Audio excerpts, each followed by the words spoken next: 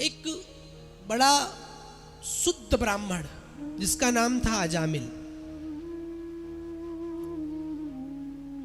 त्रिकाल संध्या करता था, मां गायत्री की उपासना करता था, पूजा पाठ से जुड़ा हुआ था। इस कथा को बहुत सावधानी से सुनना। भगवान के पूजा पाठ से जुड़ा हुआ था। एक दिन की बात, वो कहीं से गुजर रहा था, उसने एक गंदा चित्र देख लिया। क्या देखा? एक वैश्या किसी के साथ में रमण कर रही। उसने जैसे ही देखा, उसका मन दूषित हो गया, मन में गंदे विचार जागृत हो गए। सोचिए, एक पूजा पाठ करने वाला ब्राह्मण, और उसने एक गंदा, एक गलत दृश्य देखा, तो क्या हुआ? उसकी भक्ति टूट गई, मन कुलुषित हो गया। और हम आप फोन पर वीडियोस रोज देखते हैं, बहुत सारे ऐसे। तो क्या हमारी भक्ति रह पाए? जीवन में संगति का प्रभाव बहुत होता है। आपकी संगति कैसी है, ये आपकी बुद्धि संगति पर निर्भर होती है। जिसकी संगति अच्छी है वो अच्छा है। 5 प्रकार के पापी बताए गए। महापाप कितने प्रकार के बताए गए? 5 प्रकार के। पहला महापाप ब्रह्म हत्या। दूसरा महापाप सुरापान, मदिरा पीना। शास्त्र कहता है जो मदिरा पीते हैं वो महापापी कहलाते हैं। और अगर कोई ब्राह्मण मदिरा पीता हो और उसका प्रायश्चित करना चाहे, तो शास्त्र कहता है उसके प्रायश्चित के लिए उसे 12 लीटर जल खौलाए और उस जल को खौलते हुए जल को पिलाना चाहिए। अगर वो जिंदा बच गया तो प्रायश्चित है। ये ब्राह्मण के लिए नियम है, ब्राह्मण नहीं, सभी के लिए। मदिरा पान करना महापाप की श्रेणी में आता है, इसलिए इससे बचें। तीसरा महापाप स्वर्ण चोरी, स्वर्णस्तेयम, अथवा धन संपत्ति की चोरी। और चौथा महापाप है गुरु वांगना गमन। बहुत सावधान हो जाइए इस विषय में। अपने से बड़े गुरु, अपने भाई की धर्म पत्नी के साथ में कुदृष्टि से देखना महापाप कहलाता है। लेकिन मुझे बड़ी शर्म आती है कि जिस समय अभी होली का पर्व आने वाला है, होली के पर्व में शास्त्र कहता है कि बड़े भाई की पत्नी मां के समान होती है, माता होती है। ये शास्त्र उपदेश करता है। और ऐसे बड़े भाई की धर्म पत्नी के साथ में छोटा भाई गंदी गंदी तरीके से रंग लगाना, परिहास करना, हास करना, ये प्रारंभ कर देता है। ये भारत की संस्कृति नहीं है मेरे प्यारे। हमारे शास्त्र में जिस समय वाल्मीकि रामायण में लिखा है, लक्ष्मण जी जा रहे थे, राम जी जा रहे थे सीता की खोज करने। रास्ते में सुग्रीव के यहाँ जब वो मैया सीता ने आभूषण फेंके तो सुग्रीव ने पूछा लक्ष्मण से, लक्ष्मण क्या तुम इन आभूषणों को जानते हो? तो लक्ष्मण ने मना, सबसे पहले क्या दिखाया? केयूर दिखाए, कान के कुंडल दिखाए। लक्ष्मण जानते हो? लक्ष्मण ने कहा, ना हम जानामि केयूरे, ना हम जानामि कुंडले, मैं कुंडल केयूर नहीं जानता। तब पैर का बिछुआ दिखाया। तब लक्ष्मण कहते, नूपुरे त्वाभिजानामि नित्यम पादाभिबंधनात्, मैं माता सीता के मैंने आज तक कान के कुंडल नहीं देखे, केयूर नहीं देखे। मैं तो सदैव मेरी दृष्टि उनके चरणों पर रही। मैंने सिर्फ चरणों के नूपुर को देखा है, मैं वही जान सकता हूँ। और उस देश में भाभी और देवर का गंदा गंदा मजाक जब देखता हूँ तो मुझे शर्म बहुत आती है। ऐसी दिव्य संस्कृति वाले देश में एक भाभी देवर का रिश्ता, जो माँ बेटे का रिश्ता है, उसको एक हंसी परिहास का रिश्ता बना दिया गया है। मत करो ये पाप, ये भी पाप है। गुरु वांगनागमन, बड़े की अपने से बड़े भाई की पत्नी, मित्र की पत्नी, गुरु की पत्नी, ये सब पूजनीय है। और 5वां महापाप कौन, जो मेरा विषय है? पहला ब्रह्म हत्या, दूसरा मदिरापान, तीसरा धन की चोरी, चौथा गुरु आंगनागमन, और 5वां जो इन सब की संगति करे वो महापापी। अर्थात सबसे बड़ा महापाप संगति करना है। आप शराबी की संगति कर रहे हैं तो ये मत सोचो कि वो पीते हैं मेरा कुछ नहीं होगा। हाँ, तुम्हारा कुछ नहीं होगा, तेरा तो पहले से ही चिट्ठा लिखा जा रहा है। वो तो बेहोश में, तू तो होश होने के बाद भी उस दृश्य। अजामिल ने गलत दृश्य देखा, अजामिल के मन में काम जाग गया, उसी वैश्या के पास पहुंच गया और वैश्या के पास जाकर वैश्या से विवाह का प्रस्ताव कर दिया। अपनी पत्नी को छोड़ दिया, उस वैश्या से शादी कर ली और शादी करके घर लाया, 9 बच्चे पैदा किए। एक दिन की बात, उसी बड़ा दुष्ट हो गया, खूब निरंतर साधु संतों को देख लेता तो डंडा लेके दौड़ाता। ये कहां से आ गए? एक दिन की बात, उसी के गांव में कुछ साधु संत पधारे। तो साधु संत जैसे आए तो साधु संतों ने पूछा, भैया ये बताओ इस गांव में सबसे बड़ा भजनानंदी व्यक्ति कौन रहता है, सबसे बड़ा दानी व्यक्ति कौन रहता है? तो किसी ने मजाक मजाक में अजामिल का घर बता दिया। महाराज वहीं रहता है, वहीं जाओ। अब साधु आए अजामिल के घर पे, जय हो अजामिल महाराज की। अंदर से वैश्या निकली, अजामिल महाराज कब से बन गए? हाँ, अजामिल दुष्ट तो खूब सुना है, डाकू अजामिल। ये अजामिल महाराज कौन? अरे देवी, ये अजामिल भक्त का ही घर है। अजामिल की पत्नी सोची, ओहो, सबसे बड़े दुष्ट के घर को ये भक्त का घर समझ रहे हैं। अब जैसे कहा वैश्या ने, क्या करने आए? बोले देवी हम तो भोजन करने आए, हमने सुना ये सबसे बढ़िया घर है, भोजन करके जाएंगे, प्रसाद पाके जाएंगे। अजामिल की पत्नी ने कहा, प्रसाद तो पाके जाओगे पर अन्न वाला नहीं, कौन सा प्रसाद मिलेगा हम जानते हैं। लेकिन भाग्यवश पूर्व कर्म की वजह से उसका मन द्रवित हो गया। उसने कहा, महाराज एक काम करो, ये भक्त अजामिल नहीं डाकू अजामिल का घर है, यहाँ प्रसाद वगैरह तो नहीं मिलेगा, आप बैठो, एक काम करती हूँ मैं आपको, मेरे घर में भक्ष अभक्ष बनता है, इसलिए मैं अपने घर से तो कुछ बना के नहीं दे सकती हूँ। सावधान, अगर आपकी रसोई में मांसाहार बनता हो, आपकी रसोई में अशुद्ध भोजन बनता हो, तो आपके दरवाजे पर कोई संत या भक्त आए, कभी उसको अपनी रसोई का भोजन मत कराना, आप उसे कच्चा दे दो चलेगा। क्योंकि यदि आप ऐसा दोष करोगे तो शास्त्र उपदेश करता है ऐसे व्यक्ति को रूरू नाम के नरक में जाना पड़ता है। आप ठीक है, आप उसको पैसे दे दो, कच्चा भोजन दे दो। पहली बात तो मैं तो कहूंगा ऐसे भोजन से ही बचो। हाँ, ऐसे भोजन से बचो जिसमें हिंसा जुड़ी हुई हो। अन्नम ब्रह्म ही, अन्न ब्रह्म है, आपका अन्न ब्रह्ममय होना चाहिए। श्री अजामिल की पत्नी ने कहा, ठीक है महाराज कच्चा दे दूंगी। अब कच्चा दिया, रात में संत चौपाल पे लेटे, तब तक अजामिल आ गया। अब पीली धोती वालों को देखा तो पीली धोती वालों से बहुत चिढ़ता था, पीली धोती वालों से बहुत चिढ़ता था। डंडा उठाया, लेके दौड़ा, आधी रात में सारे साधु संत खड़े हो गए। अरे महाराज, तब तक अजामिल की पत्नी अंदर से आई। अजामिल अपनी पत्नी से बहुत डरता था, तो पत्नी आई है, साधु संतों को नहीं मारते, बड़ा धमकाया, जैसे धमकाया अजामिल मान गया। सुबह हुई, संतों ने कहा, अजामिल अब मैंने भोजन किए, कुछ दक्षिणा चाहिए। अजामिल ने कहा, दक्षिणा भी चाहिए? बढ़िया वाली दक्षिणा दूं क्या? संतों ने कहा, नहीं, दक्षिणा में एक चीज दे दो। क्या? बोले, अब तुम्हारे जितने पुत्र हैं उसमें जो पुत्र होने वाला है उसका नाम नारायण रख लेना, यही दक्षिणा चाहिए। अजामिल ने कहा, ठीक है। ब्राह्मण तो था ही, घर से पूजा पाठ शुरुआत से होती थी, तो नाम रख दिया नारायण।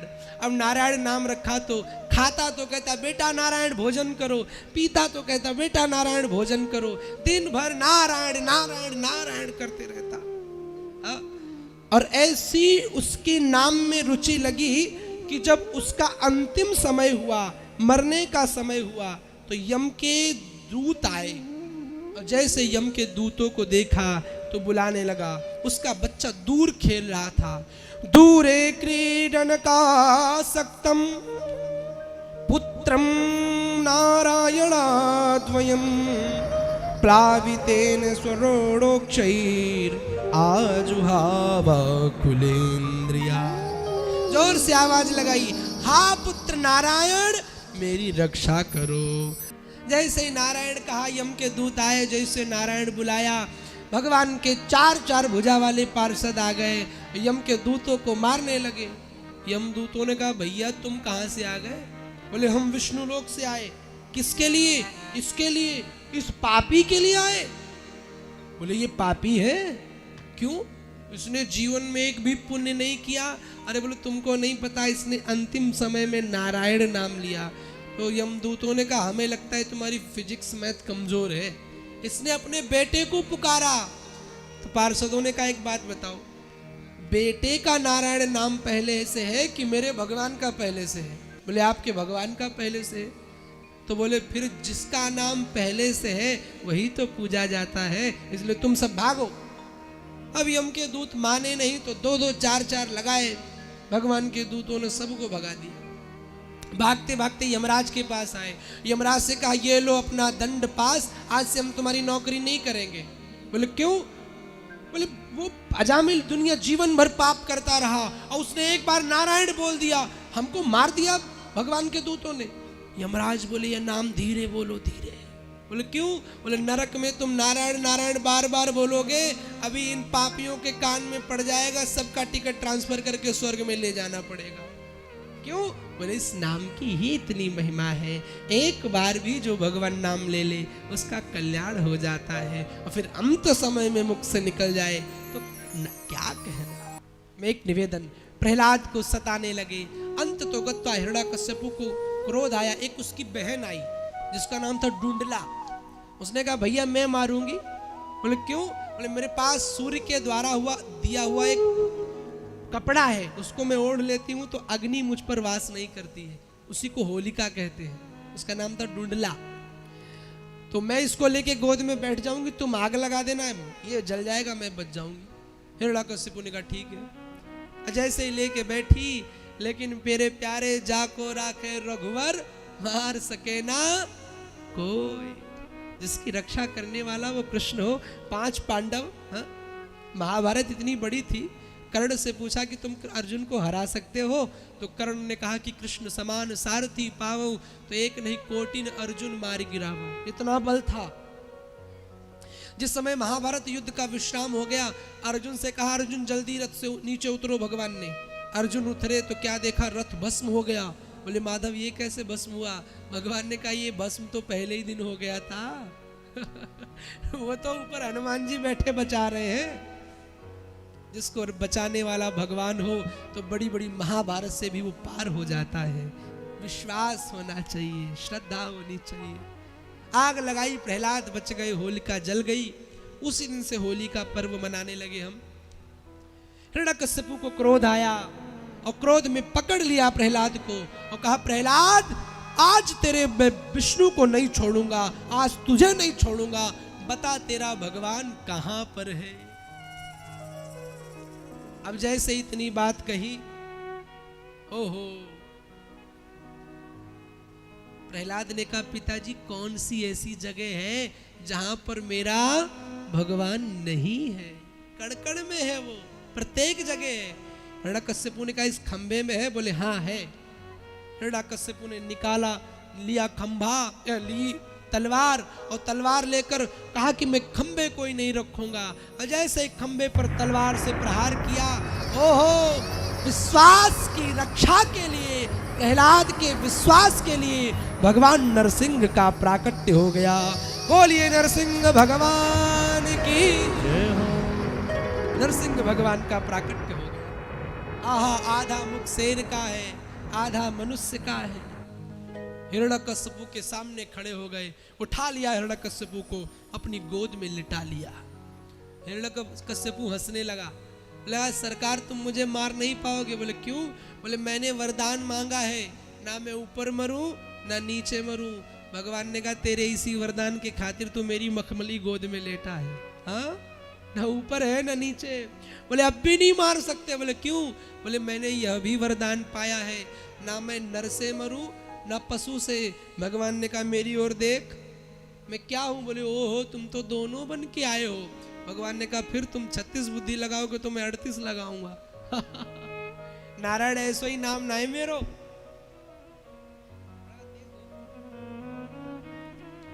हिरण्यकश्यपु ने कहा फिर भी नहीं मार सकते।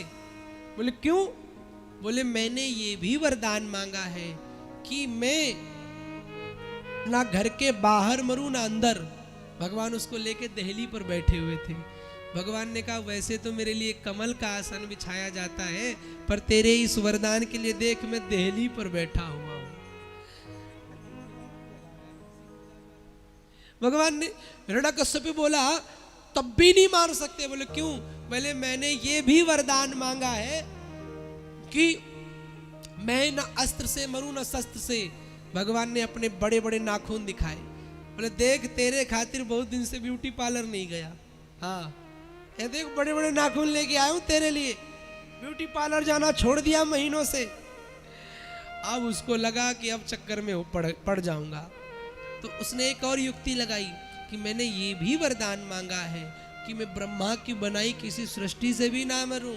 भगवान ने कहा ब्रह्मा से हमको नहीं बनाते, हम ब्रह्मा को बनाते हैं। तो बोले ये भी वरदान मांगा मैं साल के 12 महीनों में ना मरूं।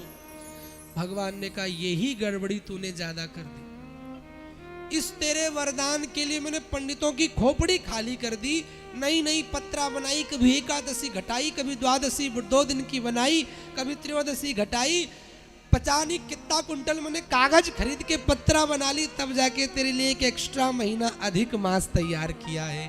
तेरे लिए 13वां महीना मैंने तैयार कर दिया। मैंने तेरे लिए अधिक महीना बना दिया। अब हिरण्यकश्यप को लगा कि अब मैं मारा जाऊंगा। भगवान को क्रोध आ गया। दोनों हाथ लिया, वक्षस्थल को चीर दिया, अंतड़ियों को निकाल कर गले में डाल लिया और प्रहलाद की ओर देखकर भगवान रोने लग गए। मेरे भक्त तुमने मेरे लिए इतने कष्ट सहे, तुम्हें हाथी से कुचलाया गया, जल में डुबोया गया, पर तुमने भक्ति में हार नहीं मानी। प्रहलाद जी हाथ जोड़ के खड़े हैं, लेकिन भगवान नरसिंह को इतना अधिक क्रोध था कि त्रैलोक्य जलने लगा। तो बोले इनका क्रोध कैसे शांत किया जाए? तो सब नारद जी से कहा तुम इनके बड़े वाले भक्त हो, जाओ इनकी गुस्सा शांत करो। बोले ना जी आज नहीं जाऊंगा, अंगारे निकल रहे महाराज, बड़ी सी जबान, विकराल भेष। देवताओं से कहा तुम आगे बढ़ो। बोले ना ना। तो सबने कहा लक्ष्मी जी के पास जाओ, क्योंकि पति रूठा हो तो कौन मनाता है? तो वहीं से पूछ रहे नहीं मनाए हो तुम्हें कोई? हाय पति रूठे तो कौन मनावे? कौन मनावे देवी? हाँ जोर से बोल दो तुम्हारी तारीफ हो जाएगी। कौन मनावे? हाँ वो देखो बच्ची बोली पत्नी है। लक्ष्मी जी के पास गए, कहा मैया चलो भगवान बड़ा गुस्से में है। तो लक्ष्मी ने गुस्से अभी 2 मिनट में मनाऊंगी। मैया ने बड़ा सुंदर श्रृंगार किया, जल का लोटा लिया और ठुमकती ठुमकती चाल में चली। भगवान पीछे की ओर बैठे थे। कहा ए विष्णु। जैसे इतना कहा भगवान नरसिंह मुड़े, विकराल रूप देखा, लोटा फेंक कर भागी। अरे आज तक तो मैंने ऐसो देखो ही नहीं, ये कौन सो श्रृंगार ब्यूटी पार्लर में तुमने करवा लियो महाराज? ना ना मैं तो नाय मनाए सकती। आहा अब सब आश्चर्यचकित कौन मनावे। सबने प्रहलाद को आगे कर दिया। प्रहलाद ने हाथ जोड़े, प्रभु मान गए, गोद में लिया, चाटने लग गए प्रहलाद को। जानवर चाट कर प्रेम करता है ना, चाटने लग गए प्रहलाद को। कहा वरदान मांगो। बोले कुछ नहीं चाहिए प्रभु, मेरे पिता की मुक्ति हो जाए। प्रहलाद से कहा भगवान ने कि जिस कुल में एक भक्त जन्म ले लेता है उसकी 21 पीढ़ियां तर जाती हैं। बोले सरकार एक और वरदान दीजिए, आज के बाद मेरे वंश में किसी को मारेंगे नहीं। भगवान ने कहा ठीक है। तो ऐसे प्रहलाद पर कृपा करी।